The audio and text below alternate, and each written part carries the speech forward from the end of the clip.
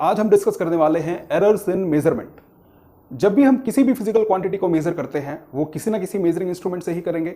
अगर हम temperature measure कर रहे हैं तो उसके लिए हम थर्मोमीटर का यूज करेंगे, इलेक्ट्रिक करंट मेजर कर रहे हैं तो एमीटर का यूज करेंगे, वोल्टेज मेजर कर रहे हैं तो आप वोल्ट मीटर का यूज करोगे, अगर लेंथ मेजर कर रहे हैं तो आप एक स्केल का यूज करेंगे। यानी कि हर एक मेजरमेंट के अंदर कोई ना कोई एस्टिमेशन इन्वॉल्व है या कोई ना कोई मेजरिंग इंस्ट्रूमेंट वहां पर इन्वॉल्व है।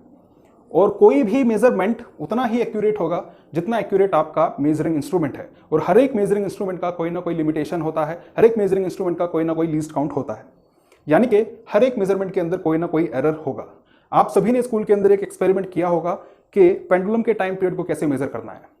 तो उस केस में हमारे पास पेंडुलम है और हम उसका टाइम पीरियड नोट करते हैं कि जब यहाँ से पेंडुलम छोड़ा और वापस जब इसी पोजीशन पे आता है तो एक स्टॉप वॉच से हम वो टाइम पीरियड मेजर करते हैं।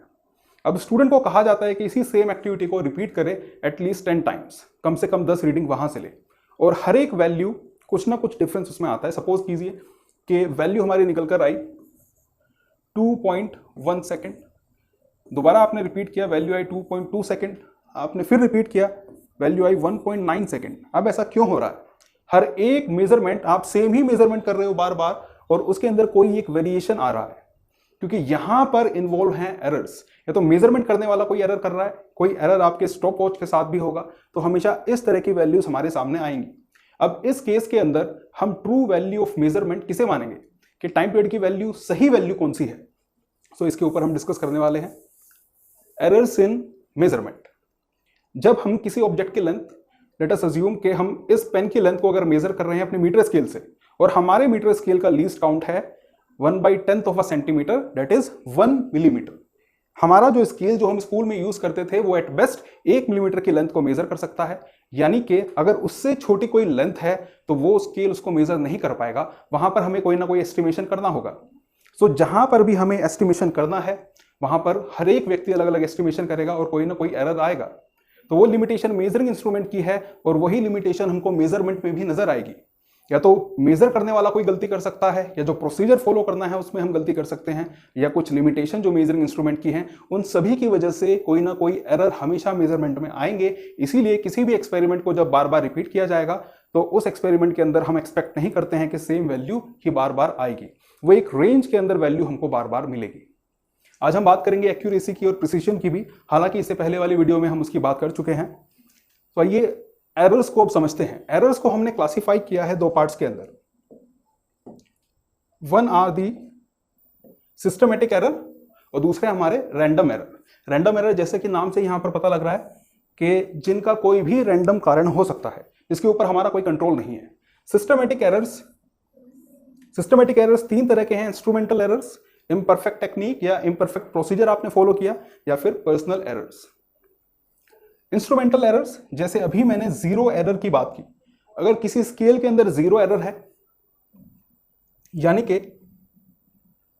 जब आप वेइंग मशीन के ऊपर खड़े होते हो और कई बारी क्या होता है कि जब मशीन के ऊपर आपने कोई वजन भी नहीं रखा हुआ वो कुछ रीडिंग शो करती है, तो उस चीज को हम बोलते हैं जीरो एरर, कि वजन नहीं है लेकिन भी तब भी आपका स्केल एक रीडिंग वहां पर शो कर रहा है। तो दिस इज जीरो एरर। यानी कि जब वैल्यू जीरो है, स्केल रीड कर रहा है 1 kg या 2 kg, सो ये एरर किस वजह से है कि हमारा जो इंस्ट्रूमेंट है वो ठीक से कैलिब्रेट नहीं हुआ।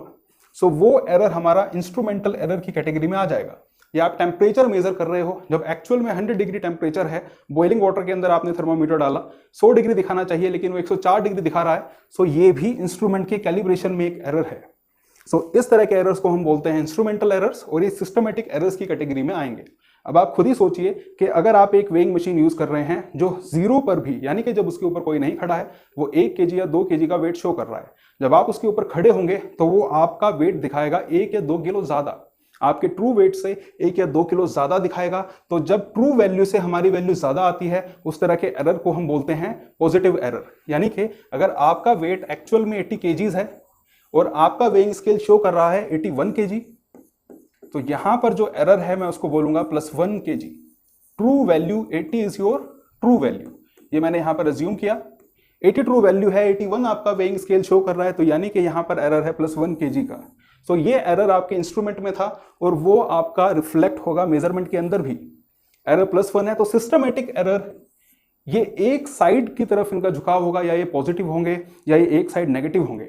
सो सिस्टमेटिक एरर या पॉजिटिव होंगे या नेगेटिव होंगे, एक साइड रहते हैं, इसलिए हम इनको बोलते हैं डायरेक्शनल एरर। इम्परफेक्ट टेक्निक, अब यहां पर आप अज्यूम करिए कि आप अपनी बॉडी का टेम्परेचर मेजर कर रहे हैं एक मरकरी थर्मामीटर से, और आपने थर्मामीटर यूज किया है वो आपने अपनी बॉडी के साइड में लगाया है, या दूसरा तरीका है कि आप उसको अपने मुंह के अंदर डालकर टेम्परेचर मेजर कर सकते हैं। सो इम्परफेक्ट इसलिए है कि जब आप थर्मामीटर को यहां पर लगाएंगे तो वो आपका ट्रू बॉडी टेम्परेचर रिफ्लेक्ट नहीं करेगा, तो ये प्रोसीजर में कहीं ना कहीं एक एरर है। अगर हम बात करें पर्सनल एरर की, आप सपोज कीजिए कि आप टाइम पीरियड ही मेजर कर रहे हैं पेंडुलम का, और आप यहाँ पर थोड़े आलसी हैं, आप स्टॉप वॉच का इस्तेमाल सही से नहीं कर रहे हैं, या आपके रिफ्लेक्सेस तेज नहीं है, तो उसकी वजह से भी रीडिंग के अंदर कोई ना कोई एरर आएंगे। तो ये आएगा फिर पर्सनल एरर की कैटेगरी में। अब दूसरे तरह के एरर्स हैं रैंडम एरर्स। रैंडम एरर्स वो हैं जहां हमारा कोई भी कंट्रोल नहीं है। आप मेजरमेंट कर रहे हो अपनी लैब के अंदर, और अगर एक हल्का सा अर्थक्वेक ट्रेमर आया, उसकी वजह से थोड़े से वाइब्रेशन ऐड हो जाएंगे। तो रैंडम एरर्स वो एरर्स हैं जो हमारे हाथ में है ही नहीं, हम इनके बारे में कुछ नहीं कर सकते हैं, और रैंडम एरर्स को रिमूव करना इसीलिए ही ना के बराबर ही है। हम इनको मिनिमाइज कर सकते हैं लेकिन बिल्कुल खत्म नहीं कर सकते, क्योंकि इनके ऊपर हमारा कंट्रोल नहीं है। लेकिन यार इंस्ट्रूमेंट का कैलिब्रेशन तो आपके हाथ में है ना, हम अपने इंस्ट्रूमेंट को सही से कैलिब्रेट कर सकते हैं। सो इंस्ट्रूमेंटल एरर, इम्परफेक्ट टेक्निक, आप सही प्रोसीजर का इस्तेमाल करिए, एंड पर्सनल एरर्स आप थोड़ा सा अटेंटिव होकर मेजरमेंट करिए, तो सिस्टमेटिक एरर्स रिमूव हो सकते हैं, और रैंडम एरर्स आपके रिमूव करने ये काफ़ी मुश्किल हैं। और एक तरह का एरर है हमारा लीस्ट काउंट एरर। वो भी मैंने बताया कि हमेशा किसी ना किसी स्केल का एक लीस्ट काउंट होता है, सो उस लीस्ट काउंट से बेटर हम मेजर नहीं कर सकते, तो वो सारे के सारे एरर्स हमारे लीस्ट काउंट एरर्स की कैटेगरी के अंदर आएंगे। लेट अस नाउ डिस्कस कि एरर्स को हम मेजर किस तरीके से करते हैं। अब सपोज कीजिए कि आप किसी ऑब्जेक्ट की लेंथ मेजर कर रहे हैं, या पेंडुलम का टाइम पीरियड मेजर कर रहे हैं, या किसी कॉन्वेक्स लेंस की हमें फोकल लेंथ मेजर करनी है। तो अगर उस एक्सपेरिमेंट को हम मानते हैं कि अगर हम उस एक्सपेरिमेंट को 10 टाइम्स रिपीट कर रहे हैं सेम एक्सपेरिमेंट, या 10 लोग सेम ही ऑब्जेक्ट के ऊपर मेजरमेंट कर रहे हैं, अभी के लिए मान लेते हैं कि हम टाइम पीरियड ही मेजर कर रहे हैं या किसी ऑब्जेक्ट की लेंथ मेजर कर रहे हैं, 10 बच्चे हमने बुला लिए और सेम ही ऑब्जेक्ट की वो मेजरमेंट कर रहे हैं बार बार। तो जब ये 10 लोग मेजरमेंट करेंगे, सपोज करते हैं कि मेजर्ड वैल्यूज हमारे पास आई A1, A2, A3, A4 और लास्ट वैल्यू हमारे पास आई AN। 10 टाइम्स, इसको n टाइम्स यहां पर ले लेते हैं, किसी एक्सपेरिमेंट को n टाइम हमने रिपीट किया और हर एक रिपीटिशन के अंदर हमारे पास वैल्यूज निकल कर आई हैं A1, A2, A3, A4 up to AN। ठीक है, कुछ भी हो सकता है, टाइम पीरियड हम मेजर कर रहे हैं या फिर हम लेंथ मेजर कर रहे हैं, ये वैल्यूज कुछ भी हो सकती हैं, या हम मास मेजर कर रहे हैं। तो ये हमारे पास मेजर्ड वैल्यू निकल कर आई और हर एक वैल्यू, इनके बीच में कुछ ना कुछ डिफरेंस होगा। अब इस मेजरमेंट की ट्रू वैल्यू हम कौन सी मानेंगे? इस मेजरमेंट की जो ट्रू वैल्यू होगी, हम इन सभी वैल्यूज का जो अर्थमेटिक मीन है उसको मेजरमेंट की ट्रू वैल्यू मानते हैं। इनमें से एक्चुअल मेजरमेंट क्या है टाइम पीरियड पेंडुलम का, आप क्या लोगे? हम इन सब का अर्थमेटिक मीन वहां पर ले लेते हैं। So true value is A1 plus A2 plus A3 up to AN divided by N। या फिर हम इसको एक कॉम्पैक्ट नोटेशन के अंदर लिख सकते हैं, that summation AI goes from 1 to N divided by N। तो ये कॉम्पैक्ट फॉर्म के अंदर हमने लिख दिया that true value is the arithmetic mean of all these values. इन सभी वैल्यूज का उठाकर हमने एवरेज ले लिया। सो ट्रू वैल्यू में किसको मान रहा हूं? ट्रू वैल्यू में मान रहा हूं अर्थमेटिक मीन इन सभी वैल्यूज का। तो इसके बाद जब इसको हमने ट्रू वैल्यू माना है, देखो जिन केसेस के अंदर हमको असली वैल्यू नहीं पता है उन केसेस के अंदर हम क्या करेंगे? अगर हम टाइम पीरियड मेजर कर रहे हैं, ट्रू वैल्यू किसको मानेंगे? ट्रू वैल्यू हमारे लिए ऑब्वियस हो जाता है कि हम उन सबके अर्थमेटिक मीन को ही ट्रू वैल्यू माने। अब हम बात करते हैं एरर की। सो हमारे पास एक चीज आती है absolute error. Absolute error, error से मतलब है कि ट्रू वैल्यू से वैल्यू कितनी ज्यादा है या कम है। अगर वैल्यू हमारी ट्रू वैल्यू के पास आ रही है तो हम बोलेंगे कि मेजरमेंट वहां पर एक्यूरेट है। अगर हमारी वैल्यू ट्रू वैल्यू से दूर है तो हम बोलेंगे कि यहां पर एक्यूरेसी बहुत ही कम है। और जितनी भी मेजर्ड वैल्यूज हैं अगर वो सभी एक दूसरे के पास पास हैं तो हम बोलेंगे कि प्रिसीजन बहुत ज्यादा है। इस चीज को समझते हैं। सो absolute error, for example absolute error, जब हमने A1 वैल्यू को मेजर किया तो वो हमारे पास निकल कर आएगा A1 माइनस A बार। ठीक है, A1 minus A bar. A बार क्या है? हमारी ट्रू वैल्यू। सो हमने A1 में से A बार को माइनस किया, कि हमारे पास आएगा एब्सोल्यूट एरर, और एब्सोल्यूट एरर है तो पॉजिटिव होना चाहिए, यानी कि absolute error is mode of this thing. ठीक है, इसी का हम मॉडुलस ले लेंगे तो वो हमारा एब्सोल्यूट एरर निकल कर आएगा। इसी तरीके से हमारे पास डेल्टा A2, इसके अंदर एरर है A2 माइनस A बार, और इसी तरीके से हमारे पास निकल कर आएगा delta AN is AN minus A bar.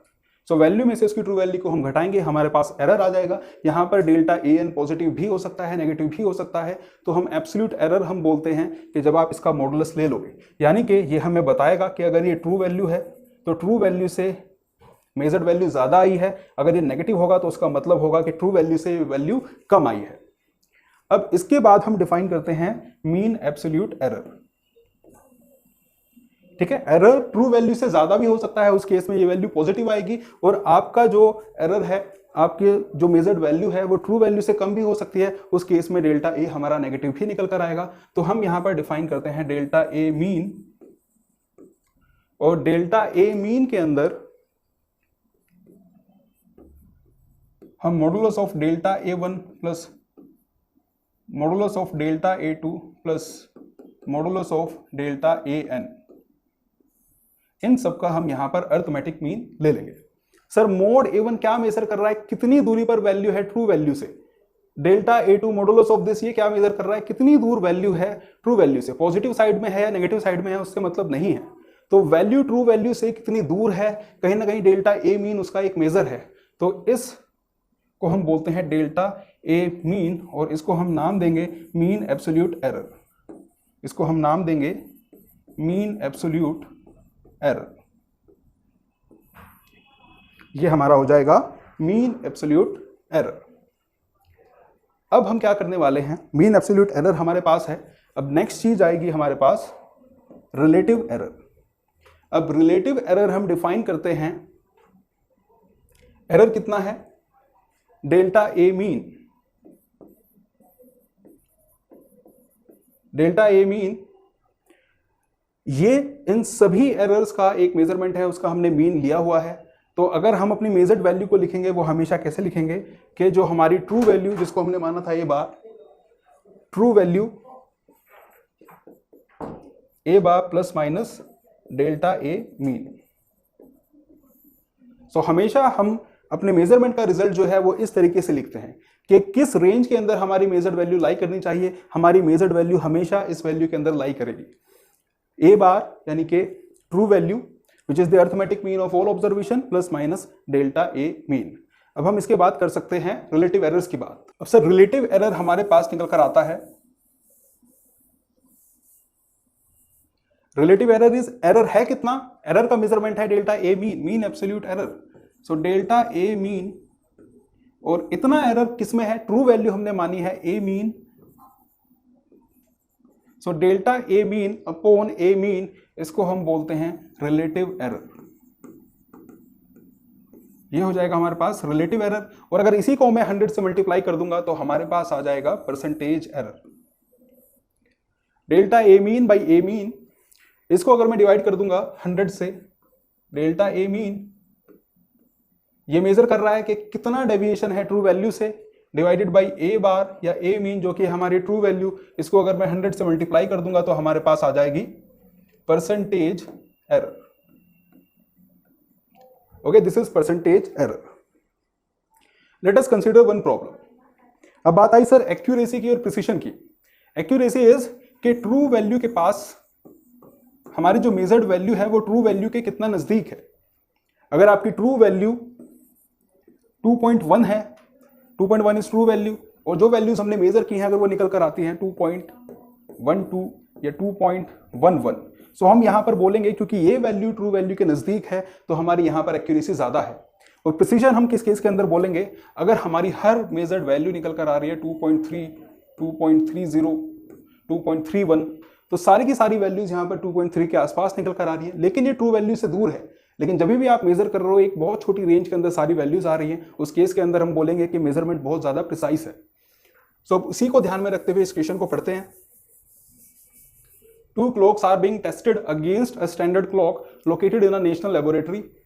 And at 12 noon by the standard clock the reading of the two clocks are. यानी कि सर जब स्टैंडर्ड क्लॉक के अंदर 12 बजते हैं तो हमने मंडे को नोटिस किया कि क्लॉक 1 के अंदर जो समय था 12:05, क्लॉक 2 के अंदर जो समय है 10:15 और 6 सेकंड। इसी तरीके से हर एक दिन की यहाँ पर वैल्यू दी हुई है। संडे को जब स्टैंडर्ड क्लॉक के अंदर 12 बजते हैं तो क्लॉक 1 के अंदर 12:01 और 19 सेकंड, वहीं सेकंड क्लॉक के अंदर 10:15 और 11 सेकंड। अब सवाल ये है कि इन दोनों क्लॉक्स में से आप किस क्लॉक को यूज करना चाहोगे टाइम के मेजरमेंट के लिए। तो यहां पर हम कैसे चेक करें कि कौन सी क्लॉक को हमको यूज करना है। सर यहां पर क्या हो रखा है, कुछ जीरो एरर ही हो रखा है, घड़ी आगे या पीछे है। ठीक है, इस वाले एरर को हम करेक्ट कर सकते हैं। घड़ी आगे कर दिया पीछे कर दिया, अगर आपकी घड़ी इस तरीके से आगे चल रही है आप उसको पीछे कर सकते हो, इस तरह के एरर्स आप दूर कर सकते हैं। तो दूसरी चीज क्या आएगी, प्रिसिशन।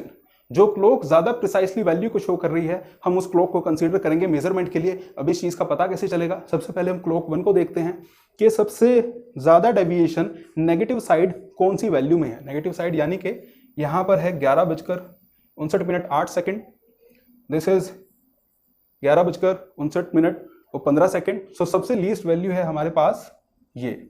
और पॉजिटिव साइड में जो हमारी सबसे ज्यादा वैल्यू है वो है 12:01 और 50 सेकंड। मेरे ख्याल से पॉजिटिव साइड में ये सबसे ज्यादा वैल्यू है।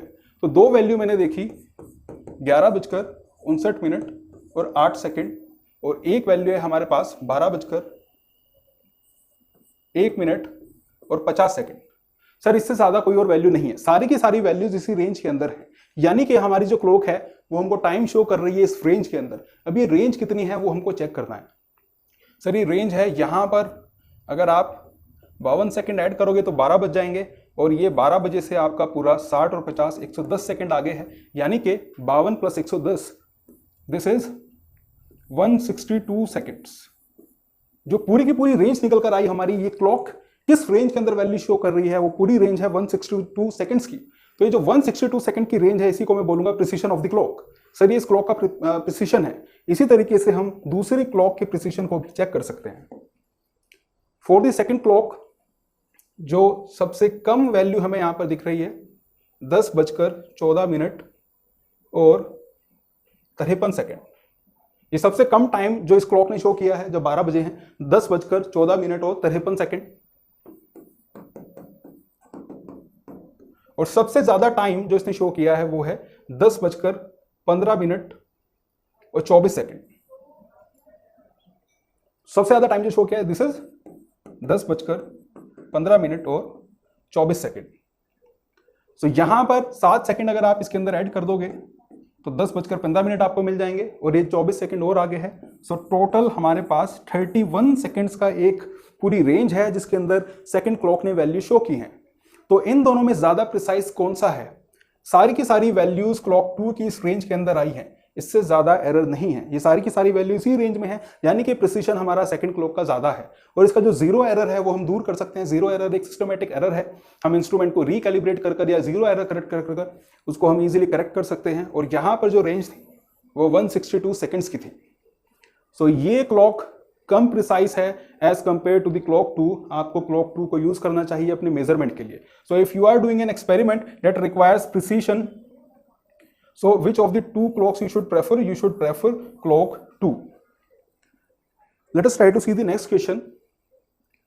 सर अगर आप एक सिंपल पेंडुलम यूज कर रहे हो और टाइम पीरियड हम मेजर कर रहे हैं, और अलग अलग रिपीटिशन के अंदर जो टाइम पीरियड निकल कर आया है, जो वैल्यूज निकल कर आई हैं, A1 is 2.63, second reading is 2.56, third reading is 2.71, fourth reading is 2.42 and the fifth reading is 2.80.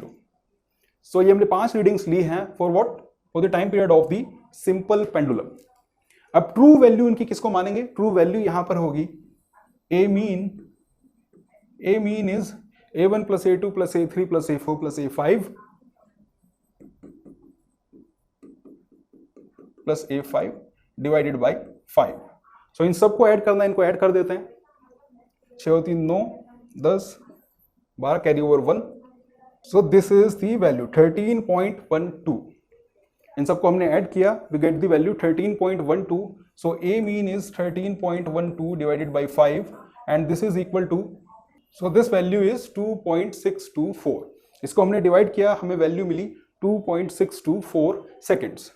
So the mean value और the true value is 2.624 seconds.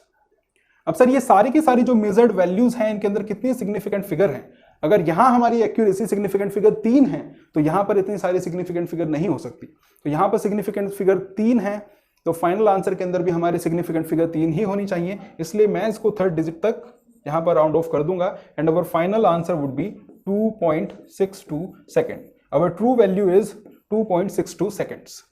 अब इसके बाद हमें निकालना है एब्सोल्यूट एरर, रिलेटिव एरर और परसेंटेज एरर। अब delta A1 would be 2.63 minus 2.62, so this would be equal to 0.01. Delta A2, this is equal to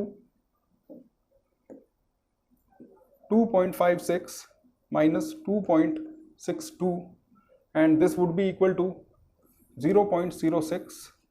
Delta A3, this is equal to, ये minus आएगा, minus 0.06, 2.71 minus 2.62, this would be equal to 0.09. Delta A4, this would be equal to 2.42 minus 2.62, so this would be minus of 0.20 and इसी तरीके से delta A5 would be equal to 2.80 minus 2.62, this would be equal to 0.22, this is equal to 0.22. so mean absolute error जब हमें निकालना है हम इन सबको add कर देंगे। so 0.01 plus 0.06 plus 0.09 plus 0.20 plus 0.20 and last one is 0.22. ठीक है, इनको ऐड कर देंगे, वी विल डिवाइड बाय 5 और 5 से डिवाइड करने के बाद हमको मिल जाएगा मीन एब्सोल्यूट एरर। इस पूरी वैल्यू को डिवाइड कर देना है 5 से, so that would be our mean absolute error and हमारे पास डेल्टा ए मीन एक बार आ गया और हमारे पास ए मीन ऑलरेडी प्रेजेंट है, सो हम निकाल सकते हैं relative error and percentage error. Let us try to see the next question. The temperature of two bodies measured by a thermometer are T1 is 20 degrees Celsius plus minus 0.5 degrees Celsius and T2 is 50 degrees Celsius plus minus 0.5 degrees Celsius. In order to solve this question, sir हमको जानना होगा जब हम दो quantities को add कर रहे हैं और उन क्वांटिटीज के अंदर कुछ एरर है तो उनके सम के अंदर या डिफरेंस के अंदर क्या एरर होगा। Suppose we are having two quantities A and B। A के अंदर एरर हमें पता है that A is given as A plus minus delta A और B के अंदर एरर हमें दे रखा है that value of B is within range B plus minus delta B। सो अगर A और B को आप ऐड कर रहे हो, इन दोनों फिजिकल क्वांटिटीज को अगर मैं ऐड करता हूं, what will be the error in Z। So simply यहां पर हम लिख देंगे कि A के अंदर A की वैल्यू कहां से कहां हो सकती है, A plus minus delta A plus B plus minus delta B। So it would be equal to A plus B plus minus delta A plus minus delta B and I can write it as Z plus minus delta Z. So this is the equation. अब Z के अंदर maximum error कितना हो सकता है? Assume कर लेते हैं कि A के अंदर पॉजिटिव मैक्सिमम एरर है, value is A plus delta A, B के अंदर मैक्सिमम एरर है B प्लस डेल्टा B, तो यानी कि पॉजिटिव साइड में हमारा मैक्सिमम एरर कितना हो जाएगा, delta A plus delta B। और हम ये भी अज्यूम कर लें कि अगर ये वैल्यू मिनिमम है A minus delta A, this is B minus delta B, सो जो सबसे लोएस्ट पॉसिबल नेगेटिव साइड में जो सबसे ज्यादा एरर होगा वो again delta A plus delta B होगा ऑन द नेगेटिव साइड। सो इस केस के अंदर हम कह सकते हैं कि जो मैक्सिमम एरर है हम सिंपली उसको ऐड कर देंगे delta A plus delta B। जो Z के अंदर एरर होगा उसकी रेंज होगी delta A plus delta B और हमारे पास रूल निकल कर आया कि जब कभी भी हम दो क्वांटिटीज को ऐड कर रहे हैं तो जो हमारे एब्सोल्यूट एरर्स हैं वो ऐड हो जाते हैं। When we are adding two physical quantities, उस केस के अंदर जो मीन एब्सोल्यूट एरर है आप सीधा सीधा उनको ऐड कर देंगे। और ये क्वेश्चन इसी के रिगार्डिंग है। T1 is 20 degree Celsius plus minus 0.5 degree Celsius and T2 is 50 degree plus minus 0.5। यानी कि अगर आपको T1 प्लस T2 निकालना है, सो T1 plus T2 would be 20 plus 50 70 degree Celsius. Temperature difference पूछा है तो डिफरेंस ले लेते हैं। सर सेम ही केस डिफरेंस के केस में होगा, क्योंकि डेल्टा ए डेल्टा बी ये मैक्सिमम एरर हो सकता है एक साइड में, एंड इसका negative delta A plus delta B ये नेगेटिव साइड में भी मैक्सिमम इतना ही हो सकता है। सो डिफरेंस के केस में हमारे पास हो जाएगा 30 डिग्री सेल्सियस प्लस माइनस, और हमारे जो एरर्स हैं वो सिंपली ऐड हो जाते हैं। तो 0.5 plus 0.5 0.1 degree Celsius. So this will be the answer. T1 plus T2 हमारा किस रेंज के अंदर होगा? 30 degree Celsius plus minus 0.1 degree Celsius.